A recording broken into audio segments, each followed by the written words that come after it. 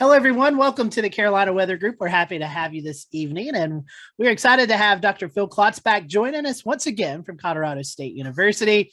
You know what that means. When Phil's here, it means we're going to be talking about hurricanes, and we know the tropical Atlantic season is about to start. June the 1st is the official tropical start of meteorology, though we're already seeing those forecasts distributed by the Hurricane Center on May 15th. So we are in that time of the year, and so we thought we'd have our annual visit with Phil and kind of look at what he's expecting this year for the tropical Atlantic basin and what we all can be prepared for here in the Carolinas and along the East Coast and the Gulf of Mexico. So Phil, welcome back to the show. We're happy to have you. How's things been for you since we saw you last year? Yeah, thanks so much. It's great to be back. Man, it was another busy hurricane season last year. So another year about blowing through the whole alphabet, and obviously Hurricane Ida, by far the biggest story of the year. And now, obviously, we're rapidly approaching the start of the 2022 hurricane season. We've already been kind of eyeing something in the Western Caribbean. Looks like that probably not going to pan out, but you know, it's getting towards that time of year where the eyes turn towards the tropics, and looks like we have potentially a pretty healthy hurricane season in store for 2022. You guys always release a seasonal outlook along with a few other folks. So let's dive into that and kind of see what you're anticipating this year for the Atlantic tropical season. Yeah, so we put out our first forecast in early April, and at that point we called for a total of 19 named storms. Of those 19, 9 becoming hurricanes, and of those 9, 4 becoming major category 3, 4, 5 hurricanes. That is an above average season. The average season has about 14 storms, 7 hurricanes, and 3 major hurricanes. So overall, I'd say it's characterized maybe like a somewhat above average hurricane season. We will be updating our forecast on June the 2nd.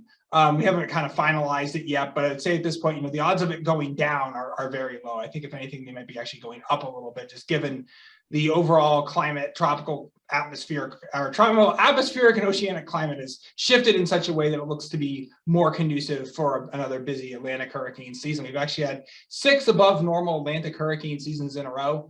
So if the forecast is correct, and that would be 7, which would be the 7 that we already have the record of most above average seasons in a row, and that would just add to the record if the forecast is right. Yeah, Phil, you mentioned the Western Caribbean. I know the GFS was trying to snip at a couple of hot topics there.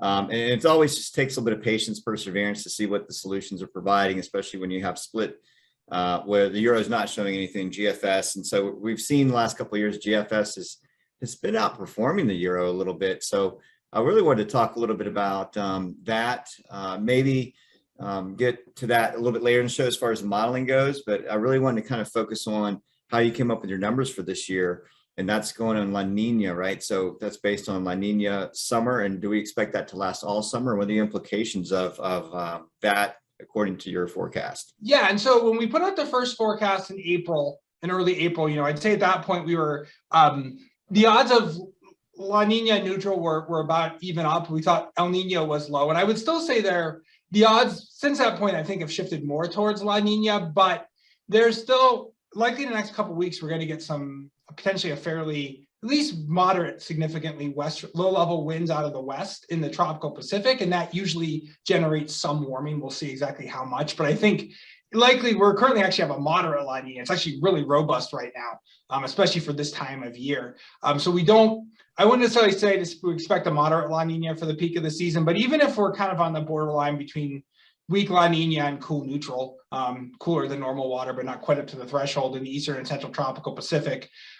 As long as basically if you have that combined with a fairly warm tropical Atlantic, that's likely to lead to a busy season. With La Niña, though, it is interesting. So the threshold of La Niña is 0.5 degrees Celsius colder than normal, which seems really small. It's only like 1 degree Fahrenheit, but very small temperature changes. Obviously, Colorado, you get huge temperature changes. We're supposed to be 90 degrees tomorrow and then snow on the weekend. But in the tropics, 1-2 degrees Fahrenheit changes can make big differences in how the atmosphere then responds. And that's why we care for hurricanes in the Atlantic. Obviously, we're not forecasting hurricanes in the Pacific, but when you have an El Nino, it tends to basically increase winds high up in the atmosphere, 20, 30,000 feet, that tear apart hurricanes in the Caribbean especially, but extending out into the tropical Atlantic. This year, we think odds of El Nino are very low. NOAA just put out their updated, probabilistic outlook for El Nino, and they only gave a 4% chance for August through October. So quite low. So we think probably best bet is borderline cool neutral to weak La Nina for the peak of the season. That'd be my best guess at this point. Yeah, using the Walker circulation all the way across the equatorial into the Atlantic. We talked about how the La Nina affects spillover into the Atlantic. So you touched on it a bit ago, but what does that mean overall? Are we talking less shear, warmer sea surface temperatures, or is it just a calmer environment for storms to breathe a little bit better? Yeah, so La Nina really, the biggest issue with La Nina is it tends to be lower levels of vertical wind shear. And vertical wind shear, if you look at any of the National Hurricane Center forecast discussions for any storm, I suspect 99.9% of the time or more, they're going to mention vertical wind shear. That's a huge factor because too much of that shear tears apart hurricanes. If you have a low shear environment combined with warm water and enough moisture, and you have a system, then you can see these storms intensifying and even rapidly intensifying. Also with La Nina, it does tend to, basically the surface water temperatures in the Atlantic may not change much, but it tends to make for cooler temperatures high up in the atmosphere. And so that tends to basically make the atmosphere a little bit more unstable. And that helps to promote thunderstorms that are basically the building blocks of the hurricanes. Even El Nino, we like to have that discussion too, so that the audience can understand all the facets and why we pick a more active hurricane season than not. Yeah. And so, just because you have a La Nina doesn't guarantee you're going to have a busy season. It depends on what the tropical Atlantic looks like as well. So in early April, when we put out our first forecast, the waters in the deep tropics were a little bit cooler than normal, but farther north in the mid latitudes, they were warmer than normal. And obviously during the peak of the season, we really care what's going on in the tropical Atlantic because that's where the hurricanes are. But before the season, and even in the early part of the season, we do care what's going on in the subtropical Atlantic and even farther north up towards England.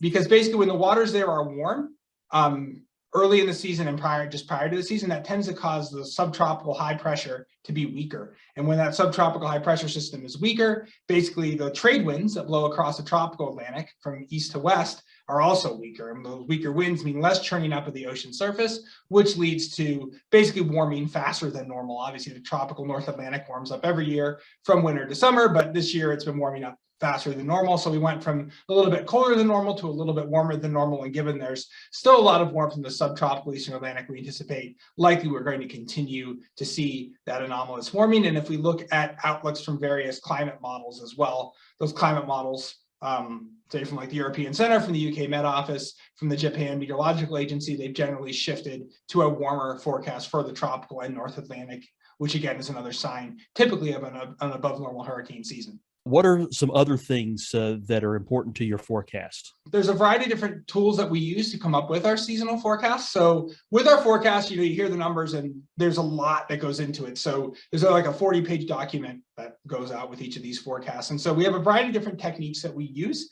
So we have a statistical model, which looks at basically which regions worked well at forecasting past hurricane seasons. And so for our June forecast that's coming out, we look at conditions during April and May and say, okay, which regions in April and May worked well at forecasting hurricane seasons. And so for our statistical model, we use basically water temperatures in the Western Pacific. When those are warmer than normal, that tends to be associated with La Nina. We also look at the strength of the winds blowing across the tropical Pacific. When those are stronger out of the east, that tends to keep the waters cool, promoting La Nina and reducing the odds of El Nino. In the Atlantic, we look at both water temperatures, actually more in the subtropical Atlantic during this early time, because again, it's then how it forces the subtropical high. And then we also actually look at this overall strength of that subtropical high. Those are our four predictors in our statistical model. And then we also use basically what's known as a statistical dynamical or hybrid model. And the way that these work is we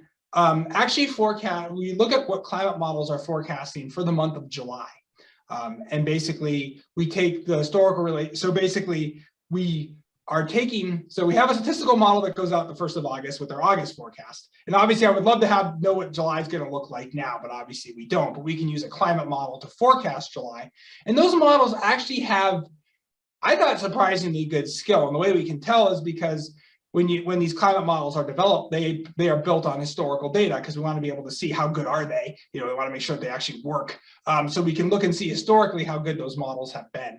And so we can basically say, assuming those models forecasts for July are correct, here's how much basically accumulated cyclone energy, which is an integrated hurricane metric, how much of that we can expect for the season. And then we also finally use analogs, which involves going back into the past and looking for years in the past that had conditions most similar to what we currently see and what we anticipate for the upcoming hurricane season. And basically we have analogs that we've selected, but just because those are analogs that I would select, if you were to ask other hurricane scientists, they may give slightly different analogs because obviously no 2 years are exactly alike. But one thing I did think was interesting is that if we look at analogs for this year, a pretty good analog for this year is actually last year, which is unusual. Normally, the best analog for the current year is not what just happened the previous year, but this year, it's not that different from what we saw last year at this time. So for the audience out there, we generally have 4 different kinds of models. We have statistical, probabilistic, deterministic, and dynamic modeling, right? And those are the 4 main ones that we have. And like Phil said, there's analogs, there's all kinds of historicals and archives and things that are banked on that. But, 2 of the main players that you may see out there, and you'll see people posting things like, doomsday hurricanes hitting the coast after 240 hours, just all kinds of crazy stuff. But GFS is one of the main ones, and the Euro, of course, is the other one. So those are the 2 main ones that you hear about a lot in media. So Phil, I'm going to bring you in on this. We know GFS and Euro. GFS has been outperforming. Which models do you find for medium to high or low resolution models, and further out in longevity? Which ones do you find a little bit more helpful? I mean, I know once we get out past 5 to 7 days, we start to get a high margin of error, but which ones have you seen performing a little bit better than others as far as tropical cyclone development? Yeah, and one of the key things is that these models will often be tweaked every year. So just because a model did great last year doesn't mean it's going to be the best performing model for the coming year. And so first of all, just talk about our climate models that we use for forecasting seasons in advance. We find the best ones. So I use 3. I use the European Center, or the ECMWF model. I use the forecast from the UK Met Office, as well as the JMA, the Japan Meteorological Agency. Those actually work better. The climate forecast system is old and really, really, really desperately needs an upgrade because it's and I know they're actually overhauling the model, actually going to have a new model in a few years. But when it comes to individual forecasts, I do a lot with Genesis because in addition to our seasonal forecast, we do sub-seasonal predictions. So trying to predict how busy the next couple of weeks are going to be once we get into the hurricane season. And so for Genesis, I will look at, so you have basically what you mentioned, you have these kind of deterministic models, which are run at really high resolution, but that only gives you one answer. So basically the model is either going to develop the storm or not develop the storm.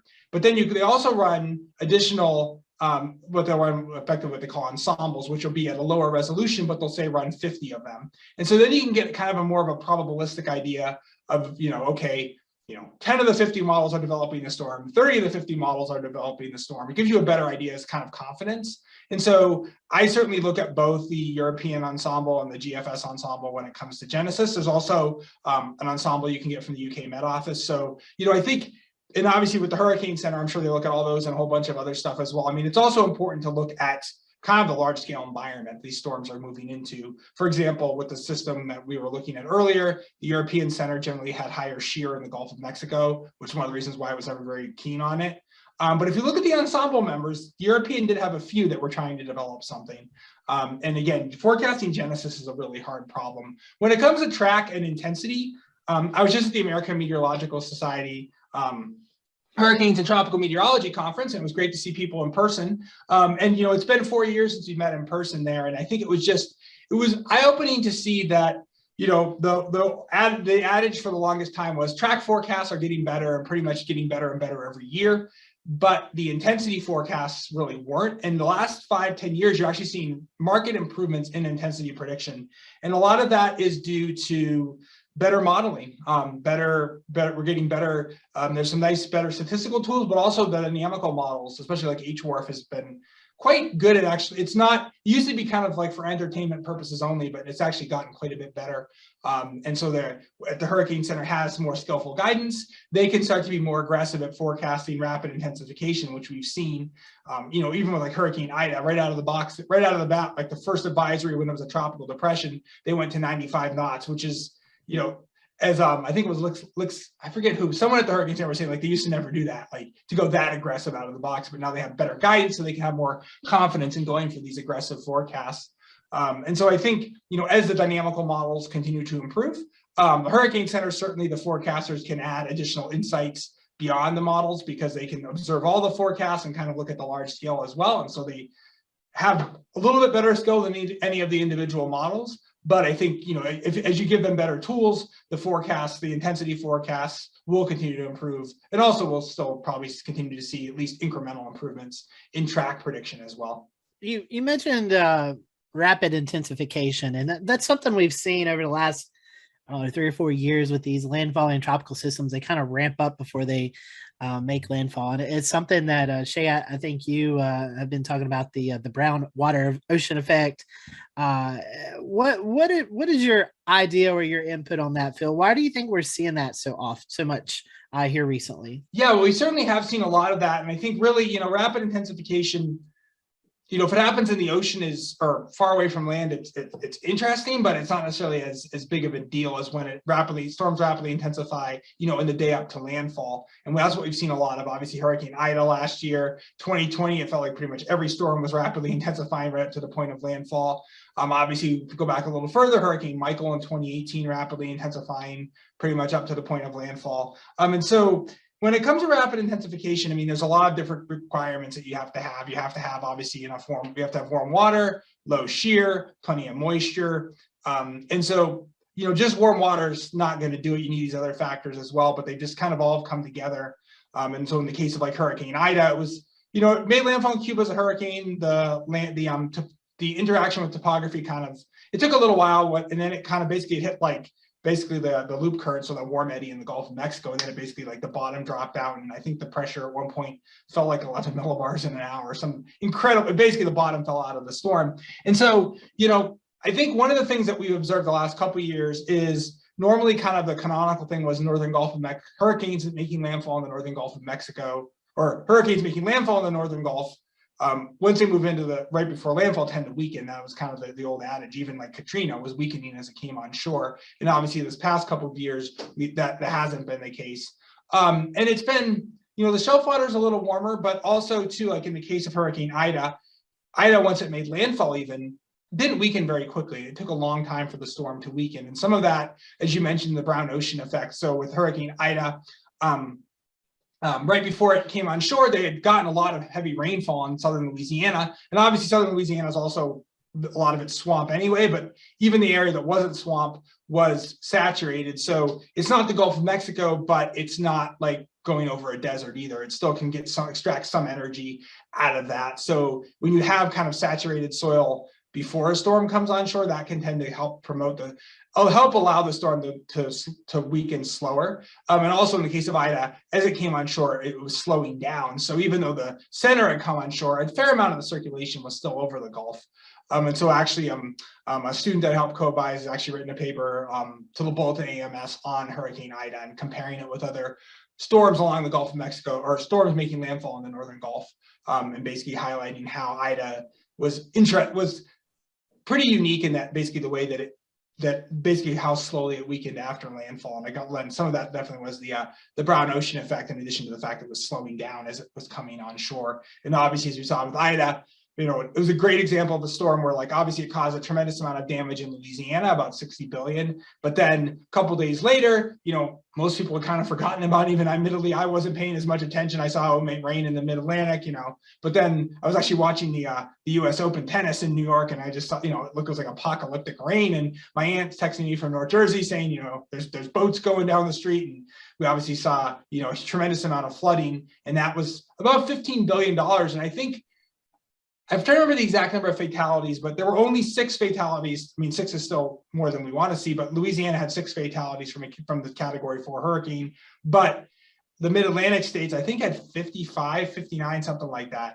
in New Jersey, New York, and Pennsylvania. So again, highlighting that inland flooding is another big concern, in addition to obviously the wind and the storm surge, and the rain, obviously, that you get when the storm comes on shore. Which boat are you in? Do you think we should start the hurricane season a little bit earlier, May 15th, or should we stick at June 1st, which is the official start? Do you have a preference there? Yeah, and so actually, I'm not lead author, but I'm a co-author on a paper that I think is hopefully just about accepted on this topic. And so a colleague of mine, Ryan, who runs Weather Tiger, as lead author on this paper, and we're looking at the hurricane season length. And so when the hurricane season was decided to be June 1st to November 30th, there wasn't really like a quantitative guideline. It was basically like, well, that encompasses most of the storm, so we'll decide to be those days. And so what did in this paper was kind of try to let's actually come up with a quantifiable metric so that we can then see, is that shifting forward? And so I can kind of give a wishy-washy answer, but so first of all, I'd say the arguments against moving the hurricane season back is that we have not had a hurricane during the month of May since 1970.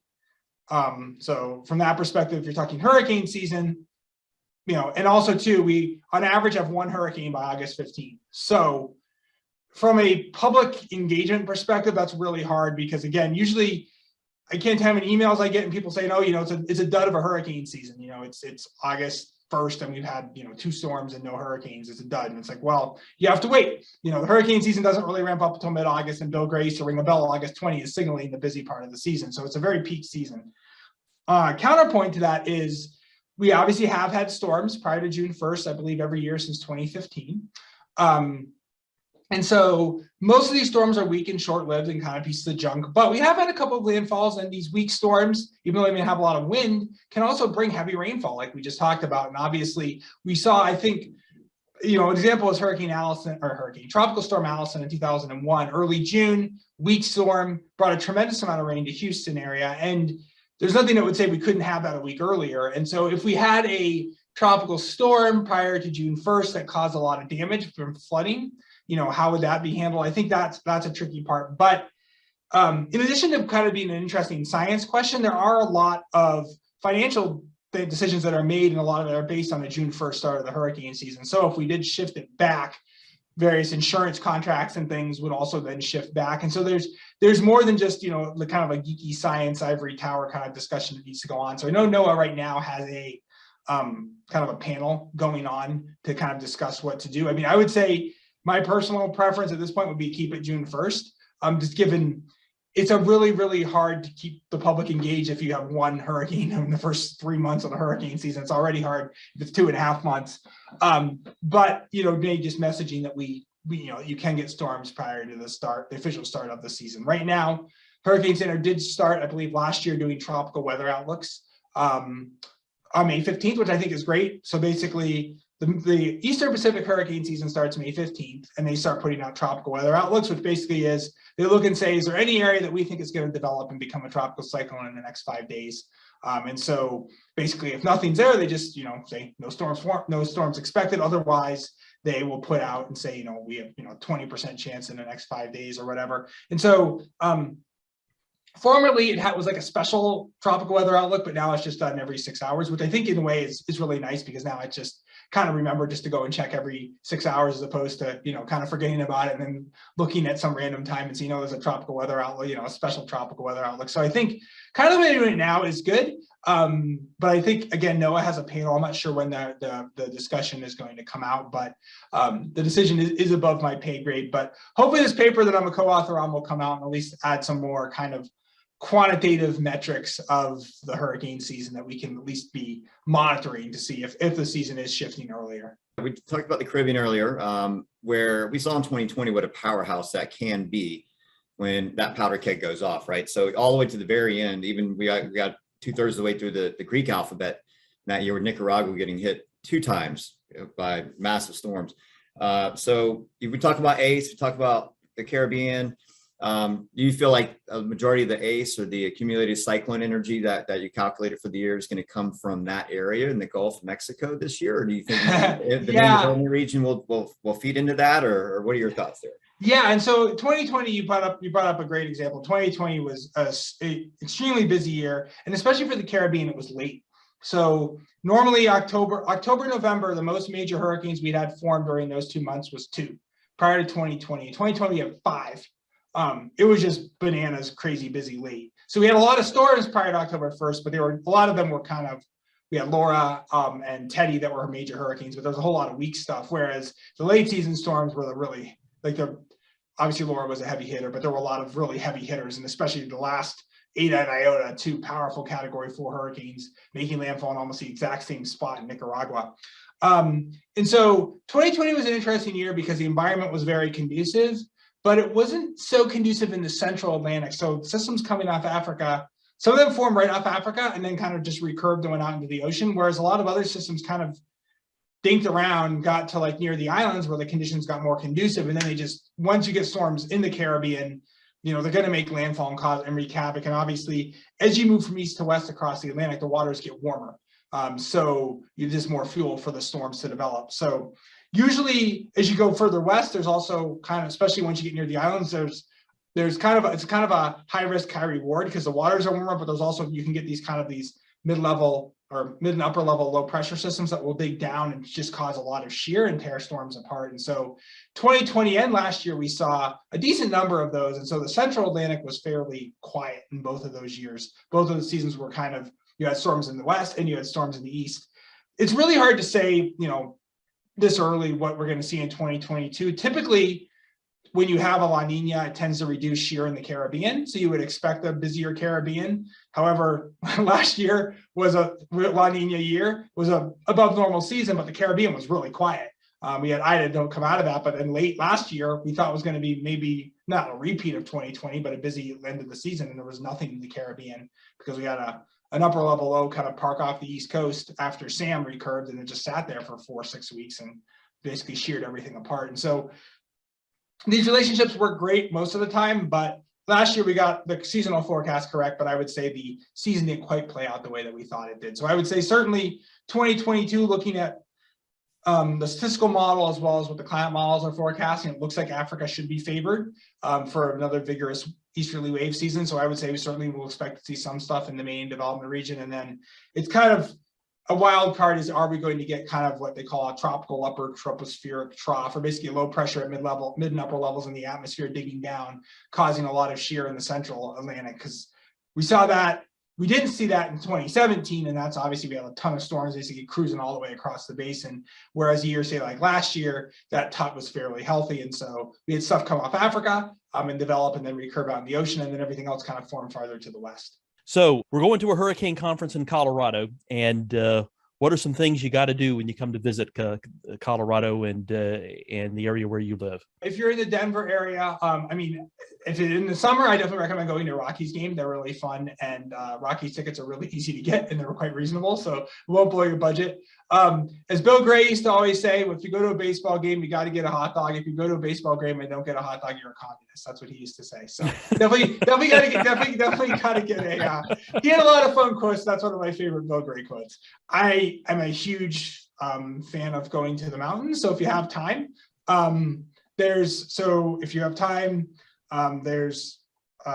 like Pikes Peak, for example. You can hike Pikes Peak. The train up Pikes Peak is really cool.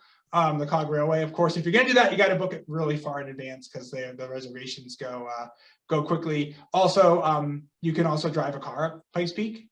So there's various ways you can get up depending on how motivated you are in terms of wanting to walk 13 miles from the bottom to the top. But they do have really good donuts on the top, and I'm not sure if it's because the donuts are really that good or if you're just really hungry after hiking 13 miles up a mountain. And then let's see what else in Denver. If you go this time of year, whitewater rafting is really fun. That could be a good time. So there's some really fun ropes courses and stuff. So yeah, there's tons of good stuff to do. But definitely I recommend if you're going to Bill Gray was a huge baseball fan. I'm a huge baseball fan. So I definitely say if you're going to do one thing, I recommend going to Coors Field and checking out a Rockies game. That's a show title right there. Don't be a commie. Get a hot Exactly. Exactly. Carrying on William Gray's legacy really well. What is something that's sort of the claim to fame for Denver area cuisine, and what's the best place to get it? I love Mexican food. And so there's a hole in the wall place called De Corazon, which is really, really good Mexican food.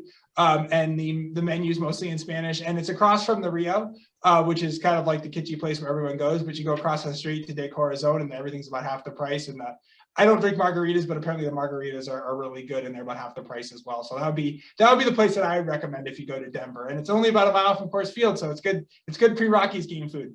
If anybody wants to follow you, how's the best way to do that on social media? Best way to follow me is so our website, we do all the seasonal forecasts. That's tropical.colostate.edu. But the best way to keep in touch is through I post a ton of content on Twitter during the season, and my Twitter handle is @PhilKlotzbach. When I signed up for Twitter, it was to complain to United Airlines, and they responded better on Twitter than anywhere else.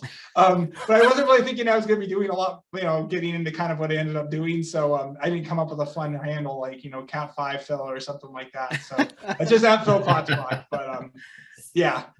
Well, be sure to follow Phil. June 2nd is when we'll see the next update out from Phil and his team there. So Phil, I know you got a pizza in the oven, so we'll let you get to that. That's right. We got pizza in the oven, so I better go upstairs. I can smell it. And thank you all for watching us here at the Carolina Weather Group. We'll see you here real soon.